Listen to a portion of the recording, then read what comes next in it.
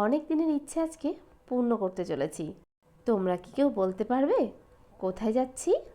আর একটুখানি ভিডিও দেখলেই তোমরাও জানতে পারবে যে আমরা কোথায় যাচ্ছি। তো চলো তোমাদেরকে দেখিয়ে দিই কোথায় যাচ্ছি।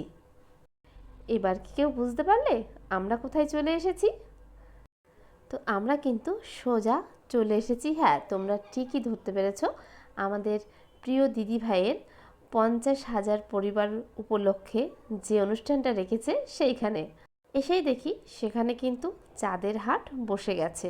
সবে তখন সকাল প্রায় 10:30 বেজে গেছে, সেই সময় এসেছি।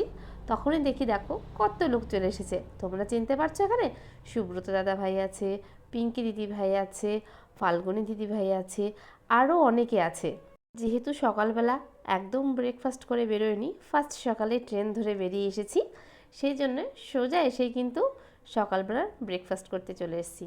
ব্রেকফাস্টে কিন্তু দারুণ খাবার ছিল, লুচি তার সঙ্গে আলুর তরকারি। দেখো আমরা কিন্তু প্লেটগুলো নিয়ে সাজিয়েই বসে পড়েছি।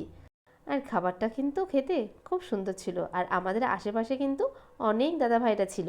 এরপর খাওয়া দাওয়া শেষ করে দেখো চলে এসেছি, এখন হবে আমার দিদি ভাইয়ের কেক কাটিং। তো সবাই কিন্তু আমরা দাঁড়িয়ে পড়েছি। তো এখানে কোনটা কোন দিক থেকে হবে সেটা একটু যে সেটিং চলছিল। তারপরে দেখো এই যে আমাদের শুরু হয়ে গেছে কিন্তু আজকের মুহূর্তটা, মেইন মুহূর্ত যেটা আর কি, সেলিব্রেশন লাইভ শুরু হয়ে গেছে। এরপর আমাদের দিদিভাই কিন্তু কেকটাকে কেটে, দেখো আমাদের পুচকি সোনা, এটা হচ্ছে আমাদের ঝিল্লি দিদিভাইয়ের মেয়ে, তো সে আমাদের দিদিভাইকে কেকটা খাইয়ে দিল। খুব মিষ্টি লাগছিল সবাইকে এখানে।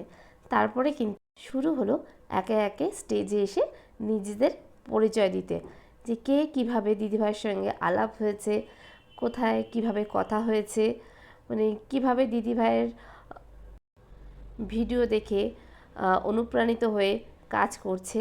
আর এই একটা দিদিভাই খুব সুন্দর গান করে, আর এই যে আরেকটা দিদিভাই, এও কিন্তু খুব মিষ্টি গান করে। তো এনারা সবাই এখন গান করছিল। আর এই সব দিদিভাইদের গানের গলা কিন্তু খুব সুন্দর। আর এনারা কিন্তু ট্রেনিং নিয়ে কেউ গান করতে আসেনি, নিজের মন থেকে খুব সুন্দরভাবে গান করে, শুনতেও কিন্তু আমাদের খুব ভালো লাগে। এই একটা দাদা ভাই, এই দাদা ভাইটাও কিন্তু আমাদের দিদি ভাইয়ের জন্য গান করেছে, ভীষণ সুন্দর গান।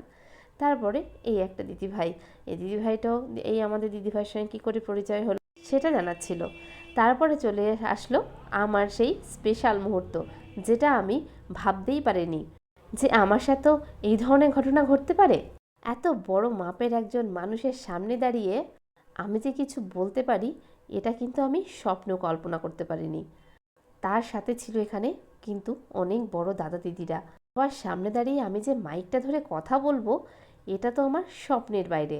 কিন্তু হ্যাঁ, আমি বলতে পেরেছি, সেটা এই দিদি ভাইয়ের আশীর্বাদে আর অমিত ভাইয়ের প্রচেষ্টায়। কারণ এরা আমাকে সেই কথা বলার সাহসটুকু জুগিয়েছে, যাতে আমি সবার সামনে নিজেকে তুলে ধরতে পারি।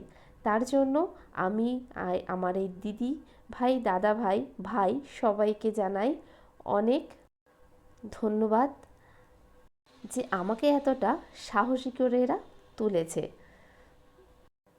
তো যাই হোক, দিদিভাইয়ের সামনে কথা বললাম, কথা বলার পরে এই যে আমার অমিত ভাই, এই ভাই কিন্তু আমার মনে অনেক সাহস জুগিয়েছে, অনেক।